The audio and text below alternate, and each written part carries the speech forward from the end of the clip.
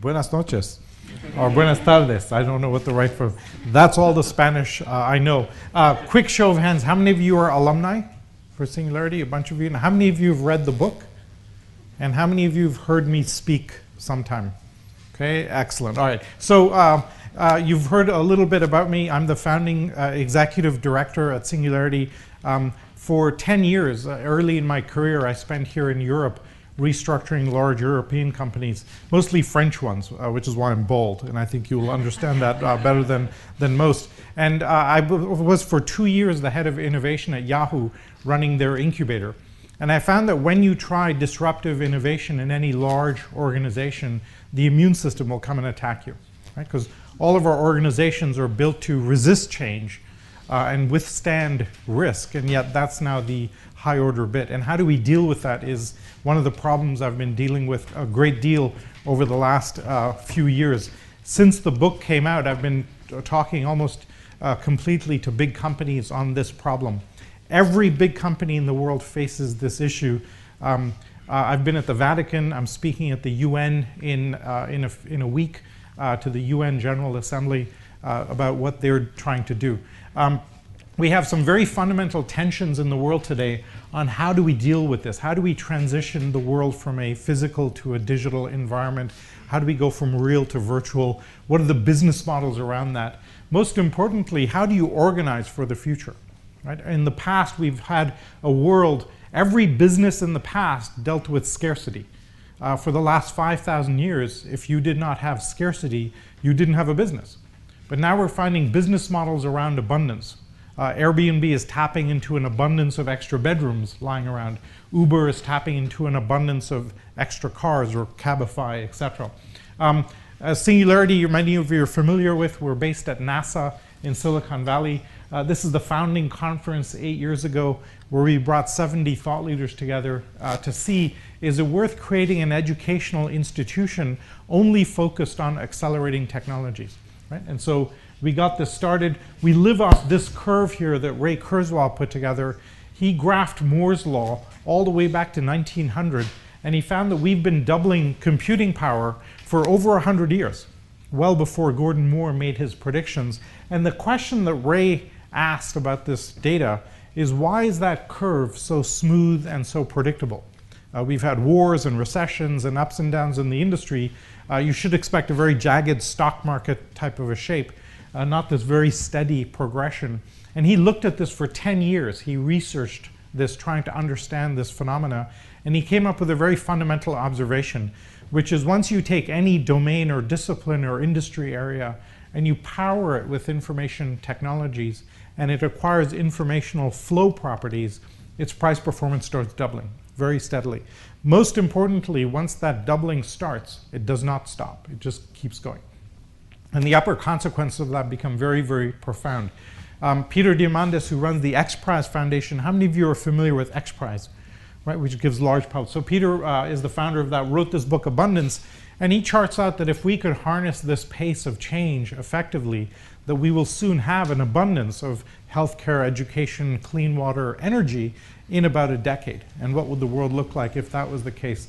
As of about 6 weeks ago, I joined the board of X Prize. So I'm now on the board with some very interesting people looking at how do you solve global problems using this prize approach. X Prize and Singularity University are kind of sister organizations in that world. That doubling pattern that we have lived through in computing, we're now seeing that in about a dozen technologies.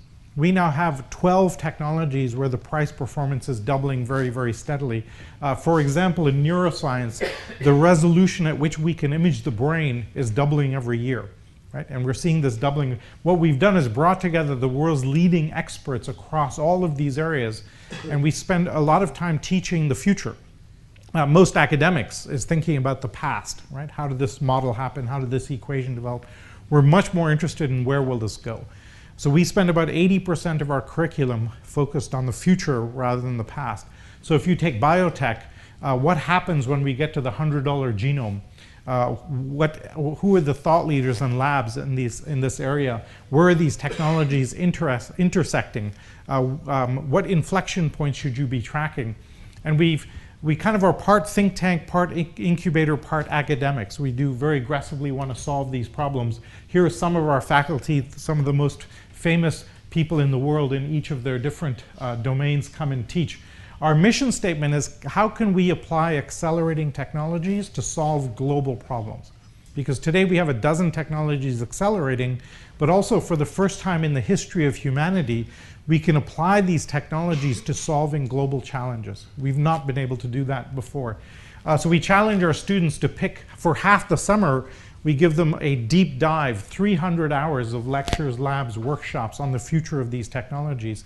And then we challenge them to coming up with ideas that would impact 1 billion people within 10 years. So they have 3 weeks, off you go. And then we launch those as NGOs, for-profit companies, research initiatives. We launch about 12 startups a year, so we have about 100 in total. This team was looking at poverty a few years ago. They noticed that in Africa, 85% of the roads disappear during the wet season. And how do you solve poverty if you can't move anything around? Chris Anderson came and did a talk on drones. At the time, people were very unfamiliar with this. Now, of course, we know a lot about drones.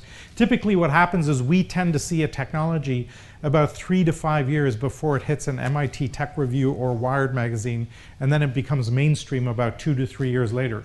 So we tend to see things about 5 to 7 years before they become mainstream. This team had the idea, why not use drones to move medicine and food around, especially where you don't have roads. This is a live test from Haiti where they're delivering medicine to a camp. Now today, one of these drones can carry 8 kilos, an 8-kilo package, over about 10 kilometers. That's the range and capacity. But the underlying technologies are moving so fast, these are doubling in their capability every 9 months. Right? So by the end of this year, it's carrying 16 kilos. 9 months later, 32 kilos. 9 months later, 64 kilos. And that doubling will just keep going. So we're teaching our students to watch for these doubling patterns, layer solutions on them. The solutions will then scale with the underlying technologies. This announcement actually inspired Amazon to do this whole project for drones, for package delivery. And the latest news from this team is they're actually delivering mail for the Swiss Postal Service, right? In a mountainous country, very interesting to see what happens there. Here's another example of one of our companies. These guys launched a 3D printer up to the International Space Station 18 months ago. Ironically, up at the space station, it turns out there's no space. It's full of extra parts because if a screwdriver goes bad, you would better replace it. But if you can fabricate something while you're up there, very interesting. This photograph was taken a few months ago. One of the astronauts literally forgot his spanner, and they printed it. They beamed the design and printed it for him. Right? And of course, he can reuse that and turn that into a screwdriver or into some other tool as he needs to. Here's one other example. This guy out of England is taking tree seedlings, putting them in a hydrogel, wrapping them in a hydrogel. He can plant 1 billion trees a year using drones. Okay? And so we may be able to dramatically affect climate change just by this. And so, like I said, we're trying to inspire them to doing very crazy things. We do a lot of shorter programs for CEOs, investors, executives. If you're running a $1 billion company today and you do not know what technologies are coming to affect you, you're not doing your job. Right? You end up as Kodak and Nokia or BlackBerry or Yahoo. And so we're bringing together an intersection of global problems, amazing people, and exponential thinking. And we hope interesting things happen as we swirl that around. Maybe one of the most interesting and unique characteristics of our model is we update our curriculum in real time. We actually, whenever some major breakthrough happens, we think about how does that affect all of the other areas, and we update our curriculum in real time. Okay? And the big challenge is how do you spot this exponential change? Our brains cognitively are very bad at seeing this.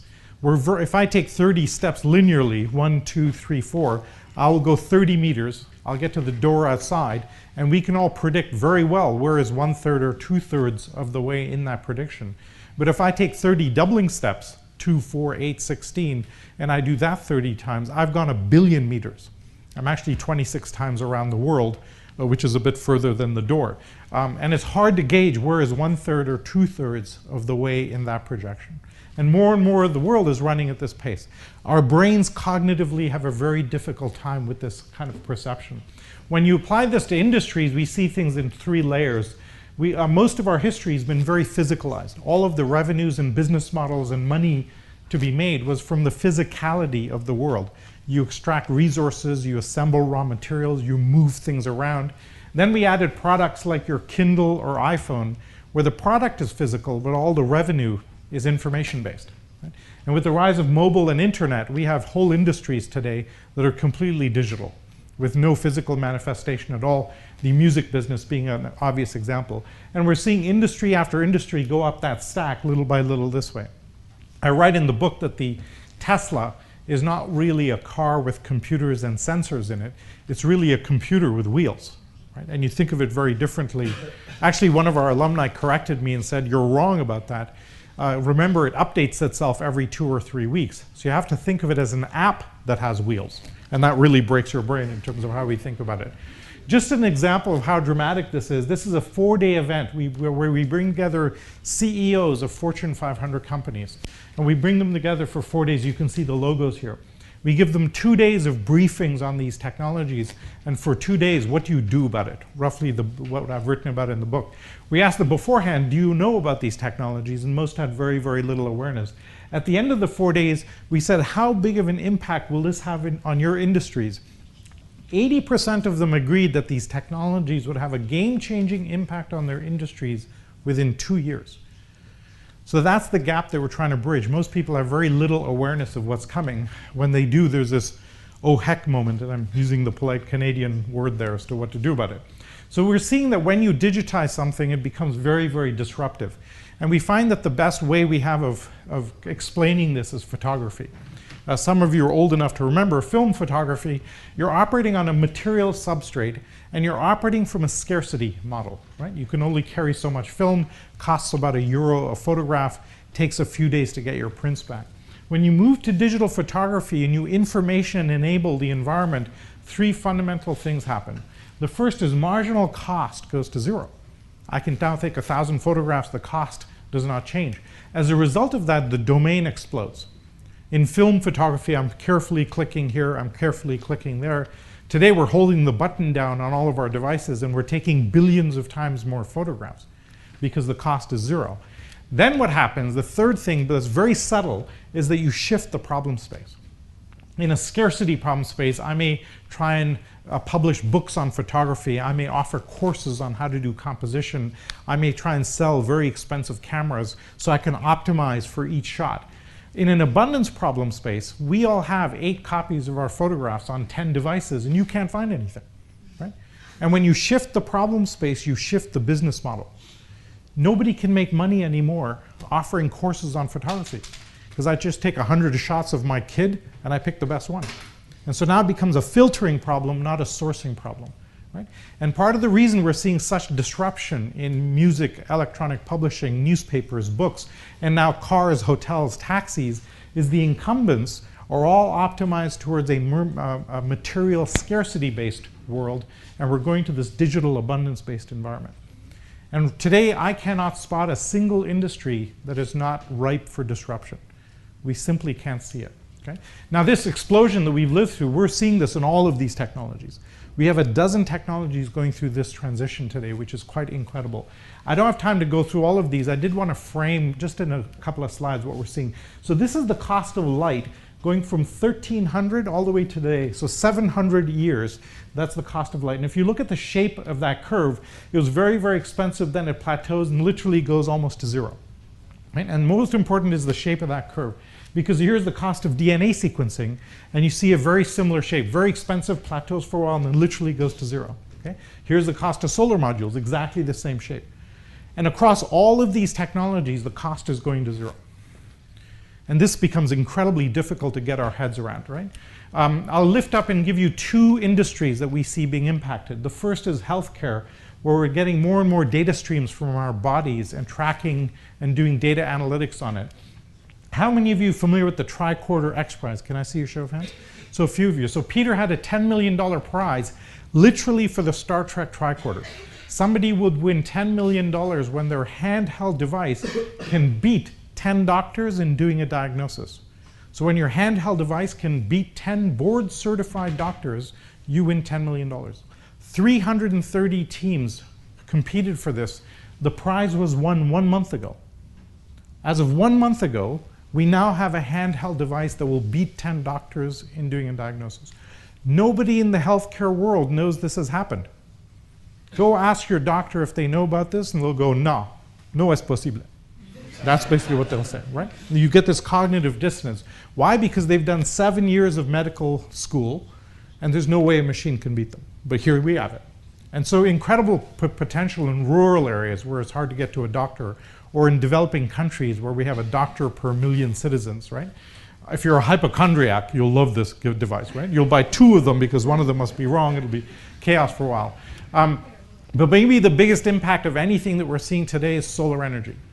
It turns out that solar panels are doubling in their price performance every 22 months, roughly every 2 years. Okay? At this pace, we can deliver 100% of world energy supply with solar in 15 years. Which will have massive geopolitical implications. The Middle East will completely collapse. The US will have to find other reasons to go to war, et cetera, et cetera. Here's the relative cost of solar to other fuels. In Q4, 4 months ago, solar became cheaper than the energy coming off the US grid, unsubsidized. Okay? And so massive implications there, and I showed you the cost of solar modules. Now, 2 really important things about this. First is that doubling pattern just keeps going. So if we had 100% in 15 years, and it's doubling roughly every 2 years, it means in 17 years we have 200%. In 19 years we have 400%. In 21 years we have 800%, and that just keeps going. Okay? And so we're looking at energy going from scarcity. Through the whole of history of humanity, energy has been scarce. It is now about to become abundant. And the business models will disappear. Energy is about a $6 trillion industry globally. We should think that shrinks to about $1 trillion in the next 20 years. Okay? And so what do? We think the price of oil will crash. I spent 2 days last year in Saudi Arabia with the governor of the central bank. What the hell do they do? Right? And so huge implications there. And most importantly, if you're worried there's not enough solar out there, if you add up all of our fossil fuels in the whole world, all of the oil and all the coal and all the natural gas we have globally, that adds up to 5 days of sunlight hitting the world. So you shift the conversation from a scarcity problem to a conversion problem. The conversion is doubling like this. Already 25% of all of the farms in California are powered by solar. And my favorite example is this. The Coal Museum in Kentucky is now using solar panels to power itself, which is kind of the ultimate in ironies around this, okay? In Chile, the country of Chile is already generating so much solar, it is giving it to its neighbors for free. That's happening today. And so this was going to radically change the world very aggressively. Now, interestingly also, the poorest countries in the world are the sunniest countries in the world. So this will completely change geopolitics globally. Okay? Now the big challenge is storage. How do you store all that energy? And so utilities are pumping water up hills and then using that, or we have battery technologies like this. Battery technology is lagging behind solar by about 7 years. But in about 7 years, by about 2023, 2024, when solar and storage are the right level of maturity, it means the business model of every utility in the world disappears. Because if I have solar and storage, I don't need a utility. Right? And so they're in their own panic mode right now about how. I actually tried to live this. A few months ago, I took my Tesla and I drove from Miami all the way up to Toronto, 2,500 kilometers. I would get on the highway, I would hit the autonomous car mode, car drove itself. And because the charging stations are free, I went 2,500 kilometers and it cost me 0. That's a Gutenberg moment, right? You all remember the printing press. When that appeared, that changed everything. Today we have about 20 Gutenberg moments happening all at the same time. Like just autonomous cars changes everything. Then you have drones, then you have solar, then you have Bitcoin, then you have neuroscience, then you have CRISPR, et cetera, et cetera. Now the big challenge that we have is the technologies are all coming, they're happening, but as a society, we are not set up to absorb this pace of change. Every institution that we use to run the world, our civics, our politics, our legal systems, our healthcare systems, our education systems, intellectual property, all designed for a world a few hundred years ago, right? Not for today. Definitely not for 1 trillion sensors coming down the pike. We actually have to re-architect all of our systems globally. And our existing leadership cannot do it. Our existing leadership globally is set up to manage a status quo, predictable, linear, incremental world, and we're entering this very, very disruptive future. And so part of the challenge and part of the rationale for Singularity University is we need new leadership that understands this world and can navigate it better than our current leadership. Because the world is actually in a much, much better place than we have ever seen it. Okay? You look at, this is the last 100 years on Hans Rosling work, maternal mortality down 99%, the cost of telecommunications, information systems, and you will not see this in the news because it doesn't sell. Bad news sells, good news does not, right? And so even though the world is in a very great, fabulous place, on any metric you want to pick, we're infinitely better today than we were 50 years, 100 years, 200 years, any time in the past. But because we operate on a fear basis, we kind of vote on the politics of fear, and then you have Trump or you have Brexit. I tease the French a lot, but thank God for the French. They may have saved democracy, maybe. But every institution does not work today going forward. I'll give you two examples. You take representative democracy. We invented democracy about 300-400 years ago when information was scarce. If you were in Washington, D.C., you did not know what was happening in California. The speed of a horse was as fast as you could find out. So you had a representative come and say, here's what my people are thinking. Today we have an abundance of information which can get misused, misinterpreted, or faked. And every major democracy in the world is broken. India, Brazil are broken. The UK broke last year. The US is breaking in front of our eyes. Because a democracy is designed for a scarcity of information, not for an abundance of information. Right? Or you take a more basic example like marriage. We invented marriage about 15,000 years ago.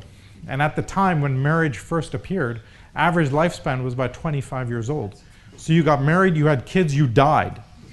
It was not designed to last 50, 60 years. Okay? That's state-sanctioned torture is what that is, right?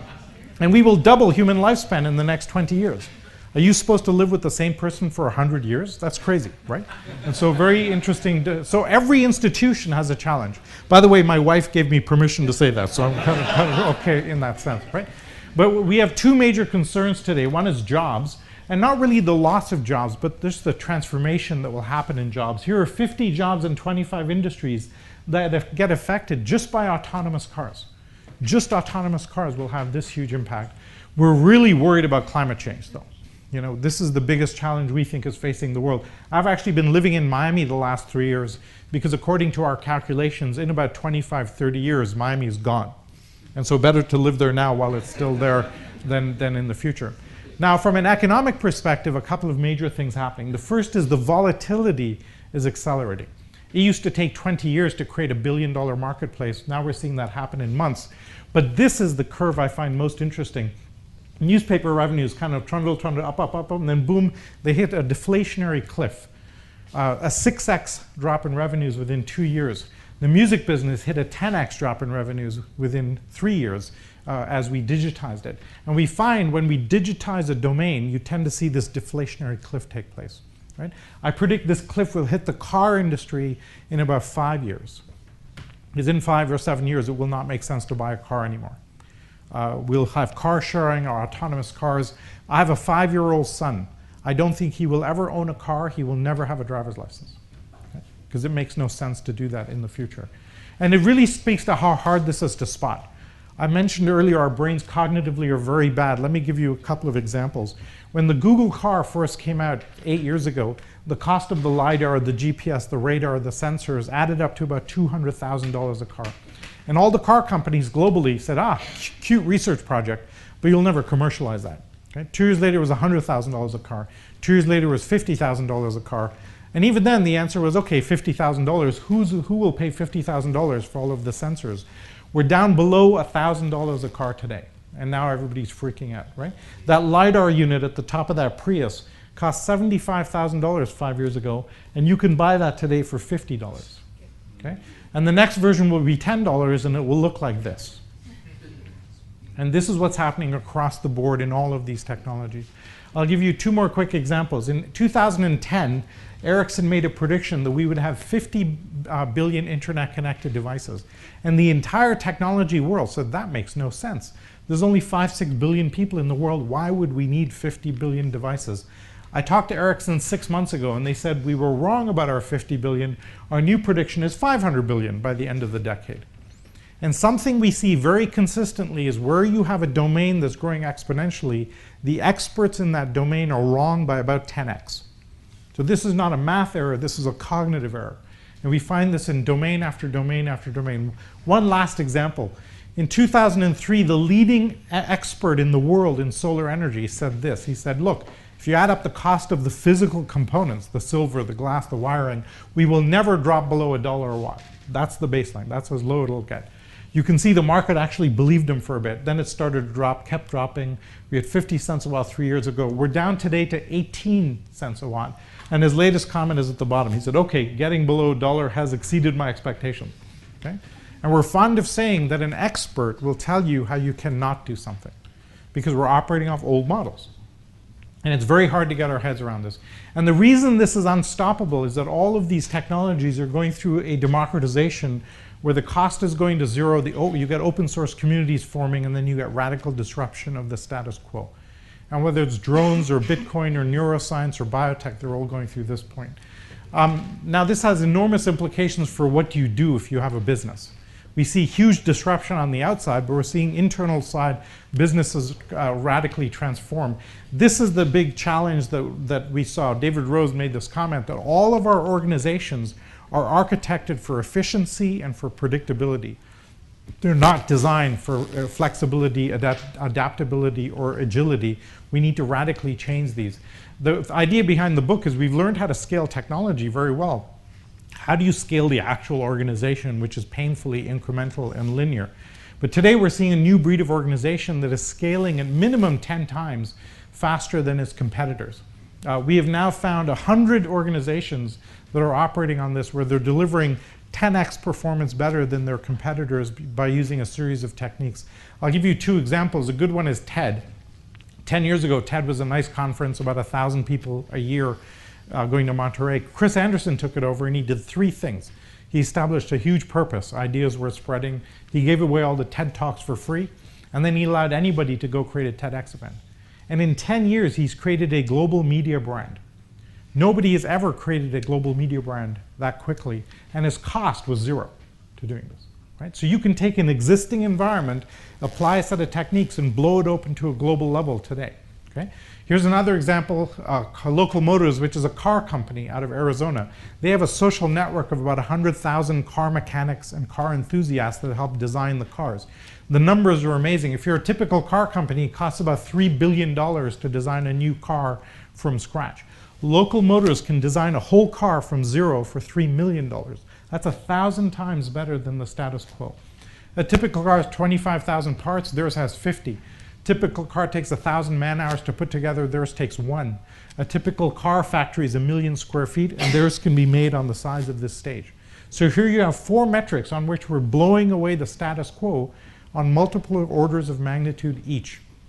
Now, if you're a typical car company, how the hell do you compete with that? And the answer is you don't. You can't. So you have 3 options. Number 1, buy it and shut it down. Right? That's option 1, which is what companies used to do. But now there's so many of these, you can't do that. Number 2 is lobby the government, pass legislation, and lobby them out of existence, right? Which is what also happens. But now the world is moving so fast, you don't have time for that. Option 3 is invest in them, buy them, learn from them, steal from them, whatever, figure out what they're doing and bring it back in. And that's what we're seeing happen more and more, where companies are partnering with these startups. And if you work for a large company, you're probably partnering with startups in that space. So there's 3 components that go into building an exponential organization. The first is they all have what I call a massive transformative purpose. Google is organize the world's information. Uber is everybody's private driver. TED is ideas worth spreading. Singularity, go impact 1 billion people positively. It's a tagline with a social purpose built in that it replaces the traditional mission statement. 2 years ago, Paul Pullman is the CEO of Unilever, ordered every brand in Unilever to take on an MTP. And as of a few months ago, we now have proof that the 5 most profitable brands in Unilever are the ones that have done this the most. So we're starting to see the model bite. Here's Coca-Cola's recent mantra, open happiness, right? So they're updating that today as we speak. Now, the second component is 5 externalities that allow you to keep a very small resource footprint and use one or more of these to scale very quickly. Uber doesn't hire its own staff. TED uses communities. Google uses algorithms. Airbnb is leveraging other people's bedrooms. And then you have digital engagement, feedback loops, et cetera, et cetera. Think about Uber. The mission-critical function in Uber or Cabify is to match driver and passenger. But that doesn't happen inside the organization. It happens out in the wild.